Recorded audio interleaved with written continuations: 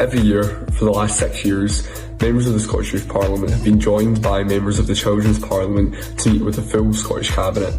That means we have the opportunity to bring the views of Scotland's young people directly to the First Minister, Deputy First Minister and the Cabinet Secretaries. As MSYPs elected by our peers, we have the unique democratic mandate of Scotland's young people. Article 12 of the United Nations Conventions on the Rights of the Child, the UNCRC, gives young people the right to have their voices heard on matters that affect them. And the annual Children and Young People's Cabinet event shows Article 12 of the UNCRC in action, young people being heard by the most senior politicians in the country. We've talked about listening to young people from seldom heard groups, mental health support for young people, education, and so much more. But one constant has been calling for young people's rights to be protected in Scots law. The incorporation of the UNCRC into Scots law would simply not have been possible without the campaigning efforts of children and young people. Young people will be back. Very difficult to allow that video to play nearly in its entirety before I made comment, because there's so many things within that small segment that I did play that I could quite easily go on multiple tangents on, because it's things that I've talked about in multiple videos in the past. It's one of the most clear-cut, short and sweet, nice as you like videos that quite clearly illustrates that we have a serious problem when it comes to political grooming here in Scotland. As I've talked about before, this concept of empowering children and young people, aka adolescents, giving them this illusion that the government actually give two shits about what they think about, what they're concerned about, etc, etc. The reality of the matter is that these children would not have come to the conclusions that they come to and would not call for the changes that they inevitably go on to call for had they not been taught about these things in school, had they not been coerced to a certain extent, had activism not taken centre stage and above and beyond teaching. Activism seems to take precedent in schools these days. Progressive activism, I should say. You know, climate change being the most common go-to example I will use, but it's not limited to climate change. Oh no. But the UNCRC, it wouldn't have been possible without the activism of children. So where are children? How are children ending up being considered activists or getting involved in activism in order to call for the UNCRC to be implemented in Scots law? They're obviously being taught about it. You know? Fucking, it's just, this is such a common theme at this point, where all these different concepts are introduced to children at multiple stages throughout their school years, from all different ages, preferably as young as possible, whether it be climate change bullshit, whether it be the UNCRC, whether it be anti-racism, whether it be feminist talking points, whether it be LGBTs and the T, etc, etc. All these different things are introduced. All this nonsense about oppression and disparities and inequalities, etc, etc. And it's presented to these children, it's presented to these teenagers, it's presented with solutions sort of hidden in the mix, if you get what I'm trying to say here.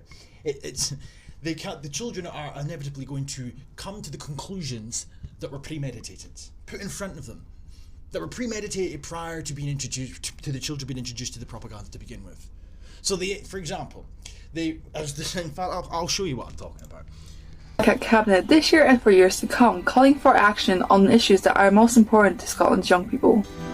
So as far as I'm aware, there's not any videos of this meeting that took place, as far as the children are concerned anyway. But it says here, this is from the Children's Parliament Twitter page, and the fact that we've got a Children's Parliament, let that sink in. Let that sink in. The Children's Parliament, of course, played a role in the recommendations or demands, essentially, climate change related demands that were put forth to the Parliament alongside the Climate Assembly, and the Scottish Government didn't near enough accepted them in full. Now where did these children come to these conclusions from in the first place? Where did children obtain the knowledge in order to then be able to apparently, allegedly, conjure up policies and recommendations for the future going forward in order to eradicate climate change? Well, we're obviously taught about it by the so-called experts. So again, it's a politicisation of children at all stages of life in Scotland. But it says here that the cabinet takeover this morning with the official Scottish Youth Parliament and the Scottish Government and the cabinet, the First Minister shared that it is the most important meeting we have had in the year, right? And as you can see on screen, we have the likes of Nicola Finlips and the feminist bulldog Shirley Ann Somerville, to name a few, as well as children. I mean, they're quite clearly children. Look at the ages of these children. And the reason that I bring these two up in particular is because if you scroll down, on this little thread here, it says, first of all, here's some children here, because they're going to have some very wise and intellectual takes that the government can walk away and take into consideration moving forward when it comes to policy and decision making. Yeah. Harry, Michael and Walda joined the call from Alwa, sharing the need for adults realising children's rights. Their ideas included a national campaign advertising the UNCRC and a children's rights museum, with Thin Lips noting the importance of rights being translated into practical action. Why do we need the UNCRC implemented into Scots law? Oh, because the UN demands it. And here in Rainbow Unicorn Land, whatever the UN demands, the Scottish Parliament are quick to act.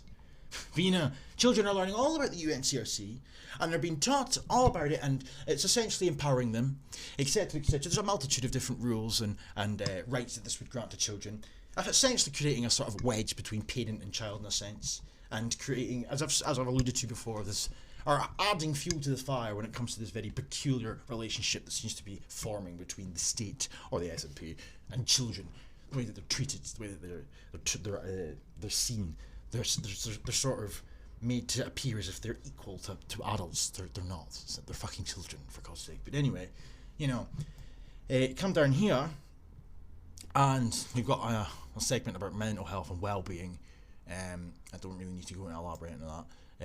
That's well-being, of course, is an S&P talking point, so it's not entirely organic. But here's the two girls I was on about, right? Finally, Rita and Tate joined from Aberdeen to discuss gender equality in schools. They called for the Cabinet to end gender stereotyping, including gendered uniform and stereotyping language, with Kate Forbes noting, when we get it right in schools, we get it right as adults.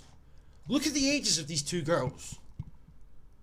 So naturally, they've learned about this somewhere, probably in the school that they came from. They're learning about gender inequality, gender equality, etc., etc., and they're coming away with suggestions to end gender stereotyping within schools. They want the government to intervene and end gender stereotyping. So what would that look like in policy terms? Well, it's as simple as as some of these suggestions would say. Stereotyping language, gendered uniform, just gendered terms in general, etc., etc. But these are all things that the SNP wish to do anyway. It's no secret that they want to create this concept of gender equality within the schooling system. They want to empower the little girls, and they proclaim that there isn't enough girls going into STEM, etc., because of said deep-rooted misogynistic tendencies that are rife within schools, and of course that big bad gender inequality that's a rampant issue. And in order to empower the girls and see that girls go on to better careers, etc., etc., in later life, we need to ensure that there's gender equality. So when they start to teach this shit to children through the lens of a feminist, through the lens of the SNP, naturally children are going to start to come to conclusions themselves that they thought they've conjured up a solution. Then they get trotted along to speak to the Parliament, Nicola Thinlips and Shirley Ann, the feminist bulldog Somerville in this instance, with their solutions that they conjured up themselves, totally organic solutions. Then the Parliament get to pretend that they're really taking what these children say into consideration. They get to walk away and pretend that they'll decide whether or not they're going to implement policies in the future based on what's being suggested here today by the children. The likelihood is that this will occur. They'll do more, as they're always doing when it comes to eradicating gender inequality, quote unquote, within schools. But the children get to feel as if that they played a role in that.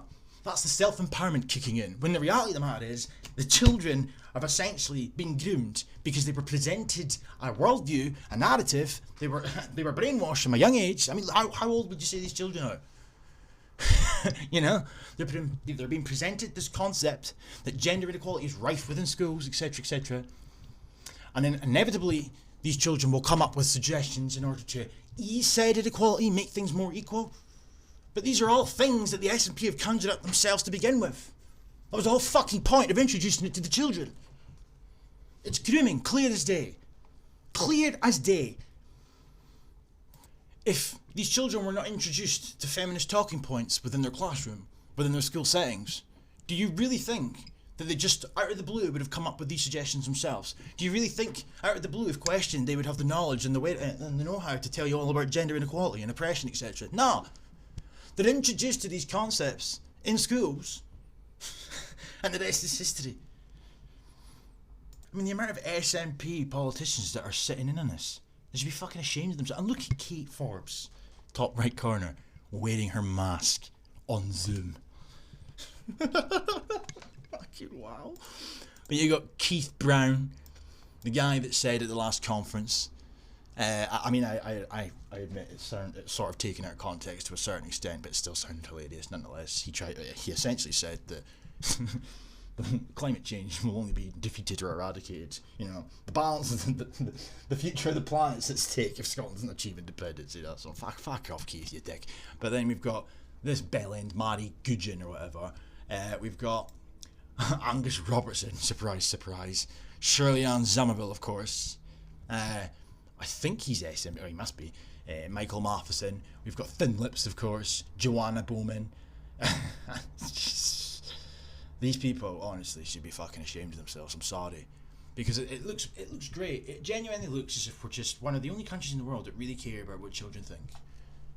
But could you honestly sit there and say to me that they would still care what these children thought had they not been introduced to all the ideologies that the SNP espouse and profess? Do you really think that these people would be interested in what a child would have to say if they had no idea about anything that was feminist related, climate change related, racist related, etc, etc? No. They introduce these children to all these subjects, talking points, etc, etc. Then they start to roll out the red carpet for them and say, come along and tell me how you feel, what you're concerned about. You know? Wow. Anyway, so just having a brief look through the Children's Parliament website in relation to this cabinet takeover of 2022. You know, doesn't take long to, again, you get introduced to the brainwashing on full display. So, again, the ages of these children, it's ridiculous. It's fucking ridiculous. But what have members of Children's Parliament been up to? It says here, to get ready for this year's Cabinet meeting, 7 members of the Parliament from across Scotland explore key issues with their peers. From this investigation, children chose 3 issues which they feel are important now and that represent the voices of children across Scotland. The key issues are gender equality in education. They're children, and one of the key issues that these children feel needs addressed is gender equality in education. Where does a 7-year-old come to that conclusion? Where does a 6-year-old come to that conclusion? Where does a 10-year-old come to that conclusion from? They're obviously being taught that from somewhere. They're being introduced to it in the schooling system, in academia, at a very young age, in some instances. From as young as primary 1. I've even heard of nurseries implementing similar policies or introducing them to these concepts. You know? And it stands to reason that when they're presented with these subjects, but bear in mind when they're presented with these subjects, it's not just a case of presenting the subject. Alongside it comes in the activism, because it's a feminist ideology on display here. So naturally there's going to be feminist undertones. You know? Hence why they want change. They need to see change. And then they talk about mental health and well-being and adults realising children's rights, which amounts to implementing the UNCRC. And then you've got some pictures here that children have drawn in education. And I love this. It says gender equality, right? We have to put a stop to this now. Put a stop to what? Oh, I forgot. Because gender equality is not achieved in Scotland in schools, you know, because of disparities, etc. So from as young as 7, 8, 9, 4, 5, 6 in schools in Scotland, the SNP and their feminist cabal in Education Scotland, etc., etc., they're introducing children to the misleading concepts that they have created, such as disparities indicates inequality, to name one. You know, it's a fucking joke. Gender equality. There's not one right that a woman, does not have in society that a man does not have, etc. Men and women are treated near enough identically. You could argue that women are treated better now in society, since we live in some sort of feminist hellhole. But nonetheless, gender equality has been achieved for a long time. But yet that's not good enough. So we need to now teach children that disparities, etc., etc., showcase quite clearly that equality has not been achieved yet. It says boys are treated different in Bali. If a boy wants to do Bali, he can. Be proud, and do what you want. If a girl wants to do rugby or football, they can't. These are riveting hot takes. But it just showcases the level of intellect that's been put into these discussions that they're having when they're introducing this shit to children. But nobody's stopping girls from playing rugby, and nobody stops boys from doing Bali. So I don't know who's telling these children that, but they might need to rethink their talking points. Nonetheless, So a boy who's 11 years old has been quoted, a member of the Children's Parliament, who's 11 years old, has been quoted as saying, boys and girls are not getting equal rights, and that needs to change now. No, they're not getting equal rights. And how would that be the case? Well, of course, the SNP would quite happily roll out a multi-page document of examples of inequality, but they all amount to, as I've said a multitude of times now already in this little video here, disparities to name one, equity is the prime concept that they're after, power imbalances, etc. Not enough women in STEM or girls going into STEM, things such as that. Fucking joke, man, it's just a joke. Absolute joke that children are being introduced to this fucking nonsense. When you look at the bigger picture of this here, is they're introducing all these activist talking points to children at such a young age, introducing them to all this nonsense. It's essentially priming them, grooming them, so they're going to grow up. I'm not saying all of them will grow up to be this way, but some of them will grow up to be fucking feminists. Supporting the development of the members of the Children's Parliament want the government to end gender stereotyping in schools. I mean, the SNP must be sitting there rubbing their hands, surely, because this is the exactly sort of thing that they want to implement anyway, going back to the point I was making earlier on in relation to premeditation. When they decided, they gave the green light initially to start introducing this bollocks to children at such young ages. You not expect me to believe that there wasn't some malevolent intention in the background. Hence premeditation. This is the sort of thing that they would want the children, expect the children to conclude needs to occur. They tell the children gender inequality is rife, and they will blame it on gender stereotyping, for one example, and then naturally the children will inevitably come to a conclusion that in order to achieve gender equality we need to eradicate gender stereotyping. And it just so fucking happens that gender stereotyping is something that the SNP really do have a gripe with. I've got videos littered around my channel, sporadically, of course, of, different examples of them talking about it in Parliament. Shirley Ann Somerville, not that long ago, Thin Lips. They all fucking do it, pardon my French. But anyway, this includes supporting the development of friendships between boys and girls. Supporting boys and girls to engage in sport and play they aren't immediately drawn to. Okay. Right. Girls should be encouraged to play outdoors and take more risks, and boys should be encouraged to try play which promotes emotional skills. It's again, no. I mean, there's so many different reasons as to why all this toxic bullshit has been introduced to children, just in general, but mainly in this instance for children. One, of course, is about empowering little girls. They want the girls to do the things that boys do, so they grow up to achieve all that men have achieved historically, etc. That's one aspect of it. Second of all, though, they kind of want to switch the genders about here. So they want boys, they believe anyway, that through social engineering and whatnot, they can create this fucking world, this utopia in the future, where boys are more in touch with their emotions, etc. They're trying everything in their power to essentially ensure that little boys don't grow up naturally. Rough and tumble, etc. So toxic. So they want them to embrace play that promotes emotional skills. Yeah, that's what little boys need. That's exactly what little boys need. Emotional skills. Gender should not decide how children play. It's not gender that decides how children play, though, is it? And the fact that there's this emphasis on encouragement here, so you could essentially replace that with coerce. You're going to sort of nudge, wink the children to go into or try and get them to play games that they wouldn't naturally want to play. Every single school setting is relatively similar, unless there's some outside interference from a fucking feminist teacher. The boys are more likely to come in after break and lunch covered in mud, etc., as opposed to the girls. The boys are more likely to embroil themselves in a bit of tomfoolery, fighting, play fighting, football, whatever it may be, whereas the girls are more likely to play hopscotch, etc. That's just what they do. And when they're at very young ages, little boys are more likely to be found in sand pits, playing with blocks and bricks, things with wheels, as opposed to girls. Little girls like to play with dolls, etc. Not all, but most. They proclaim that stereotypes, ingrained stereotypes, misogynistic stereotypes, is fucking nuts. If the same thing can be proven with little monkeys, little chimpanzees, the same is that stereotyping? Nah. Anyhow, though, removing gendered school uniforms If a girl wants to climb a tree but is wearing a skirt, this may discourage her. Okay. Alright, sound. But even...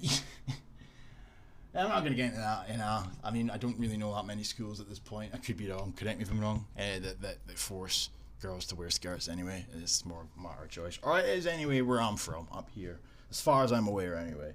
But, you know, even if this is the case, though, that they're forced to wear a skirt, and it puts the little girl off climbing the tree on said day, it doesn't mean that she can't climb trees in general. It doesn't mean she won't go on to grow up to never climb trees. It just means that she won't be able to climb that tree on that particular day. Anyhow, it also says, by removing gendered uniforms, children can play and express themselves how they want. So, okay. So, if we just assume that uniforms are playing a role in influencing how children play right now, okay. I get what's really happening here is, and I should probably draw this back to the previous point as well when I was listing off the multiple reasons for why this toxic bullshit's occurring. I think it's just eradicating the differences between gender, because they don't want the concept of male and female, boy and girl. That has to go here in Rainbow Unicorn Land. You know? So naturally, one way to do that, or to help to do that, would be to eradicate the notion of needing gendered uniforms. First and foremost, it could offend the trannies. You know, the plethora of trannies and non-binaries, etc. Can't have that. So that needs to go. And it'll keep the feminists happy too. but we'll pacify the children by telling them it's just how they can express themselves. Yeah. Removing gender expectations in schools. Stereotyping language should be removed from schools. For example, strong boys and neat girls. Yeah, I'm sure the children came up with this themselves. Yeah, because this isn't exactly a common talking point from feminists. Oh no, definitely not. This is the first time I've ever heard this talking point being used as an example for change. It's very strange that they're coming up with things that I've heard 1,000 times before. It's almost as if they've just been introduced to our worldview by feminists. Reviewing learning, the curriculum, to ensure that it includes education about gender inequality. Well, that's a pretty rich little sentence there. Not the fault of the children, of course, but it just goes to show the toxic bullshit that's been introduced to these children, and it's showcasing itself quite clearly here. They need to be educated, or they want more education. How fucking convenient. This is the SNP's plan in a nutshell, working to full capacity, is it not? Introduce children to these talking points, and inevitably the children will come out the other side of it going, we need to educate everyone about this. Yeah, this needs to be national curriculum, etc., etc. But furthermore, the absolute laugh of that, to talk about education and gender inequality, put that in the same sentence, despite the fact, as I've said already, gender equality was achieved a long time ago in Scotland. And what they're referring to is the redefined version of inequality. That's what they're referring to. So they want to educate, or should I say re-educate children to see the world through the lens of an S&P type feminist, or just a feminist in general. So that would boil down to seeing disparities everywhere, seeing rampant misogyny, unconscious bias, etc. It's a fucking joke. And how it can be tackled. Oh yeah. Positive female and male role models represented equally across all subjects. Well, if we're going to be talking about schools, surely we should be making an argument for more positive male role models in schools, yes? Nah? Because schooling, teaching, is very female dominated. And this is the end product, quite clearly. No pushback for the feminist shit. Strong female characters in learning and library books, because all the books are rife with men, you see.